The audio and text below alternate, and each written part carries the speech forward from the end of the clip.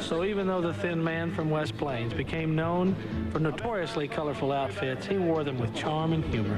Just another way to make a good show better. A few other things he did was surround himself with lots of fine entertainers, like the Wagon Masters, Down Home Step, a pretty and talented vocalist like Norma Jean, some laughs with Speck Rhodes. So I kissed her. Well, did she call the law? When I come up there, she looked up at me and said, "Law, law." And a rousing closer.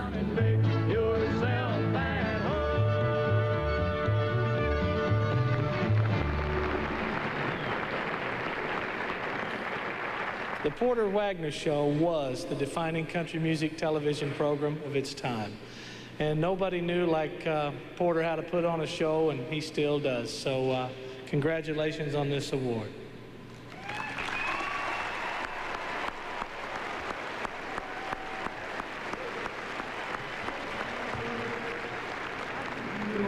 Little Jimmy Dickens. Thank you. Thank you. And I think the reason that so many artists can connect with Porter Wagoner is because they all share the same childhood dream. One brought by listening for many years to the Grand Ole Opry on WSM radio. It's good to touch the... Porter's dream was that one day, somehow, he would stand on the stage of the Ryman as a star of the Grand Ole Opry. On his way there, he would be a member and then leader of the Blue Ridge Boys and a regular on Red Foley's Ozark Jubilee television show. In the mid-50s, Porter started having big hits like Company's A-Comin' and Satisfied Mind. So in 1957, his childhood dream came true. He became a member of the Grand Ole Opry. And for the last 41 years, he's gone out of his way to welcome new members. Since Roy Acuff's passing, he's become a leading Opry spokesperson. In the shade. Recently, Porter arranged for dozens of Opry artists to record in the shade of the family tree. A portion of the sales will go to the Grand Ole Opry Trust Fund that helps Opry members in need. And Porter, the members of the Grand Ole Opry family say thank you, Porter Wagoner, for liking us and supporting us. And you are indeed a living legend. Thank you. To share our personal memory, Patty Loveless, ladies and gentlemen.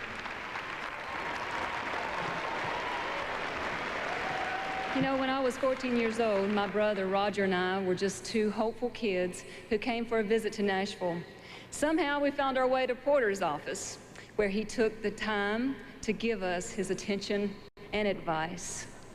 Later on, when he thought I was ready, he introduced me to people who could help me make my way into country music.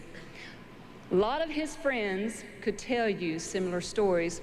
One of the best known stories concerned a person who is now a country legend herself. Wait a minute, ain't there some other word that don't sound as ancient as legend?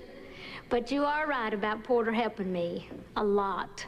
First, he was nice enough to choose me to be on his TV show. When he spoke, his voice was low and deep, and he just didn't frighten me, 'cause somehow I just knew he was me. Then he helped me overcome the resentment of Norma Jean fans. He figured they wouldn't boo me if he and I were doing a duet, and he was right. And before you knew it, we were winning duet awards. You know that was the last thing on my mind.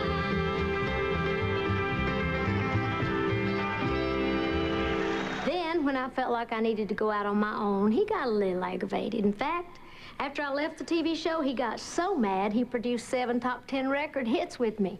With an enemy like that, you don't need a friend.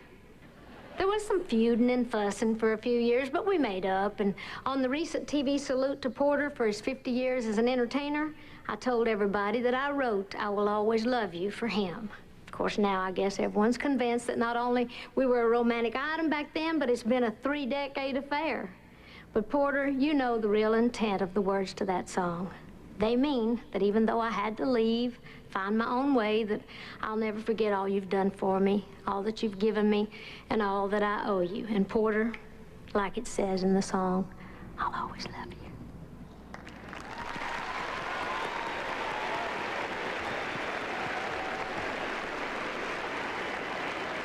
Porter, we all of us will always love you. Ladies and gentlemen, our living legend honoree tonight, Porter Wagoner.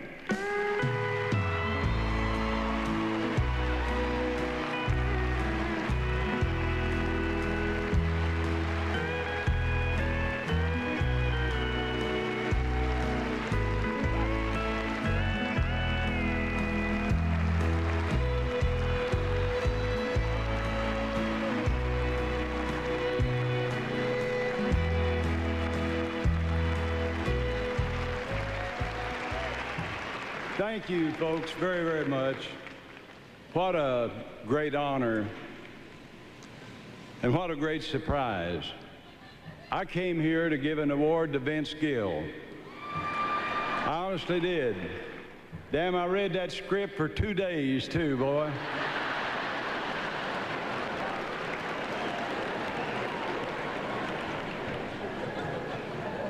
You know, it's been such an honor for me to be in country music.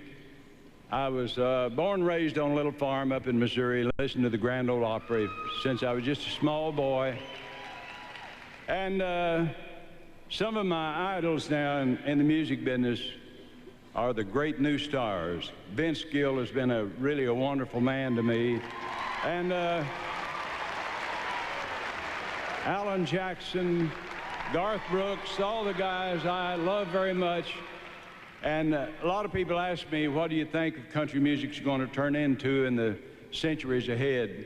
I think it's in great hands. And it's great to be a part of country music still. And Dolly, I still love you too, baby. Thank you very much.